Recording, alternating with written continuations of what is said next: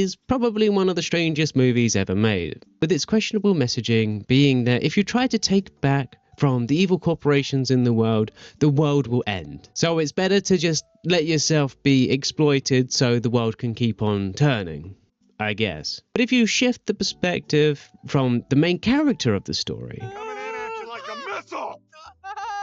and instead focus on the secondary villain, it becomes a story about watching your girlfriend get seduced by a bee that nearly destroys the world. But to understand this, let me just put you in his shoes. So imagine that you are Ken something, a normal regular human in a normal regular world. You love tennis and yoga, two things that you like to do with your girlfriend Vanessa. You also have a multitude of special skills and you kind of have a bit of a competitive streak. But hey, that's just who you are. One day though, you're playing tennis with Vanessa and you're absolutely smoking her. Just as you get to match point, you hear a cough and you get thrown off your game. And well, that was just weird, wasn't it? Anyway, the weather takes a turn for the worse, so you and your friends head back to Vanessa's, which is probably the most aggressively 2000s thing about this movie, that a single person can afford a flat like this in New York City without needing to share. But that's just normal.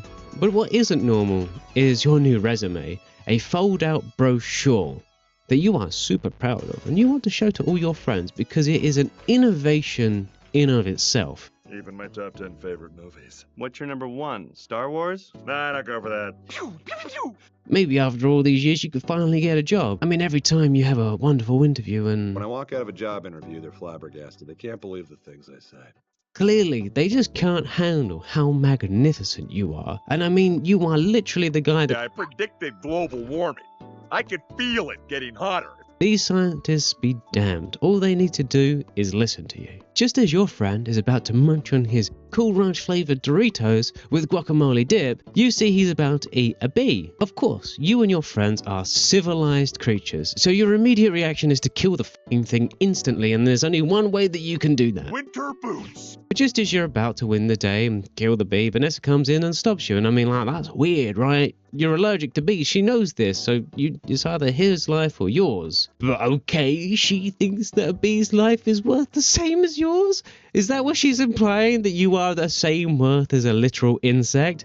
Well, she really doesn't think that highly of you, does she? Oh, but apparently it's because she thinks all life has value, does it? Well, that's a noble sentiment, but she didn't have to rip up your brochure, mate. And yes, that is a word that you just invented, because why the hell not? And I mean, if you weren't just simmering over the fact that she just ripped up your brochure, mate, you would have seen her give the bee the bedroom eyes. Anyway, to make sure that your masculinity stays intact, you tell your friends you weren't scared. You just didn't want a puffy face. Bye, Vanessa. Vanessa next week, yogurt night. Yeah, sure, Ken. You know, whatever. She kicks you out. Straight up. Gets rid of you. Like, whatever. So you go do your stuff. And I mean, it's very unclear what you actually do that isn't tennis and job hunting and yoga. So a week goes by and you go to Vanessa's shop to have yogurt night. You attack at the point of weakness. But it was my grandmother, Ken.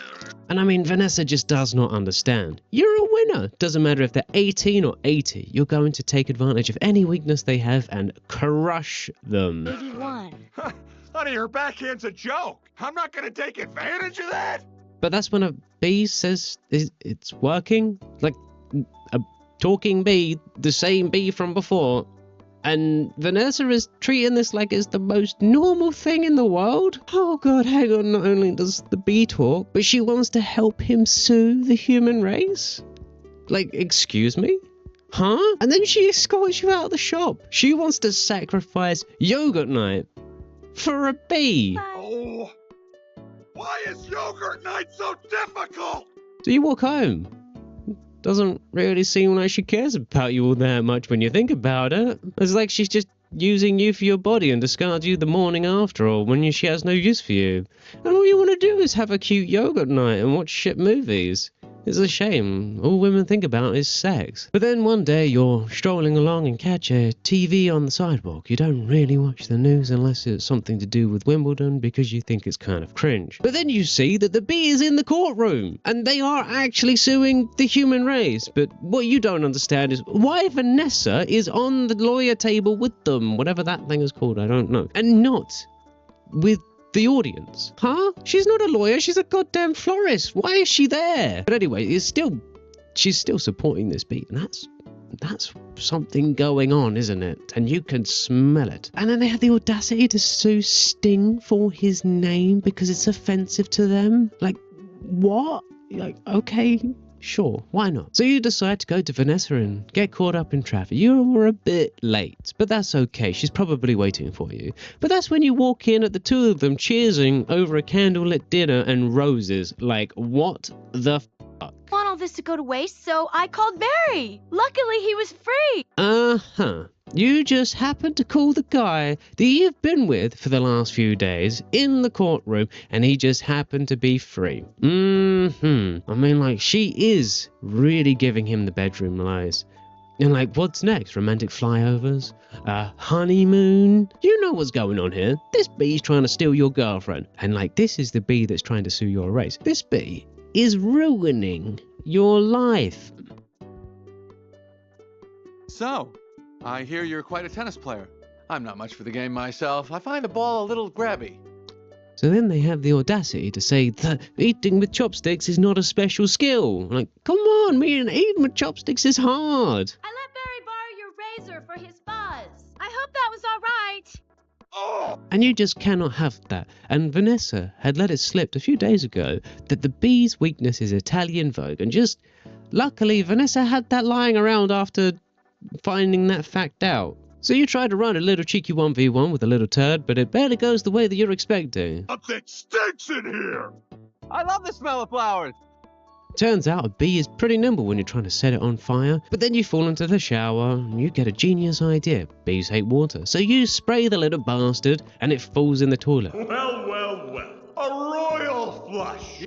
But then it learns to surf a nail file and splashes you in the face with water. Like, bear in mind that together those things barely displace water, so how they manage to produce that level of a splash, you don't know. But now you have to question everything. A few days ago, the world was normal. You were showing Vanessa how great you are at tennis by ruthlessly destroying her mum. And now there's a talking bee taking your girlfriend and suing your species. And, I mean, at this point you have to question whether or not, like, there's some kind of psychosis going on in the world. How is this normal? How are people just accepting a bee sue the human race? What? Dirty yellow ring!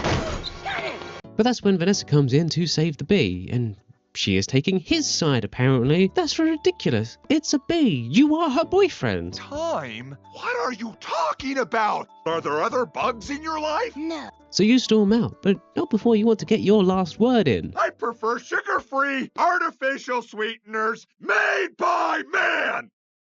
Yeah, they might give you cancer, and yeah, they could be worse for you than sugar, but hey, artificial sweeteners, they're the nuts. No wonder they're in just about everything. But you continue to watch the trial. You turn into a bit of a hate watcher. You watch this bee really doing its best to destroy everything. And they win from a literal smoking gun. Right. And I mean, it was close, all things considered, especially when the human lawyer got stung by one of the bee people, but they still won. Well, whatever, I guess. You didn't really like honey all that much anyways, so... Take him out. But then, time passes, and the flowers, they start to die, and you sort of revel in that fact, because that bee took away Vanessa's livelihood. She definitely chose wrong. She could have had you and Yogurt Night, but now she gets bees and dead flowers. And I mean, like, what do they even talk about? Nectar? Pollination techniques? How does that even work? How does the sex work? Does she use him like a bullet vibrator? How do they avoid... Oh, you know what? You don't want to think about that because that's not something you want to imagine. But then it gets worse. The flowers keep dying and it looks like a world without bees is actually going to fall in on itself. But isn't this just like honeybees? Isn't there like a million of other species that also pollinate, like butterflies, hummingbirds, as well as a shitload of other insects? And the world is going to die because one species said they didn't want to do it anymore?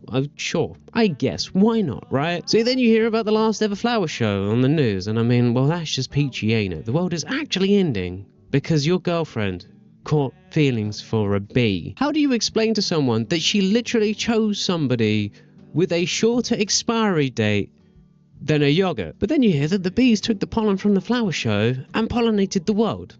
And I mean, this wasn't like a gradual thing. This was like some basically instant magical bee shit or something. And then, literally, they all turn back to normal the same day. And you walk past Vanessa's shop, and you see the bee in there. He ruined your life. He almost ruined the planet. He nearly destroyed her job. And he got the girl in the end. And the cherry on top, the bees live a couple months. So she's going to end up alone probably in a week or two, running a shop that almost didn't exist because of that bug. Well, I guess that's justice serve, I guess. Anyway, Vanessa, enjoy your bee lover. Meanwhile, you'll be thriving with your yoga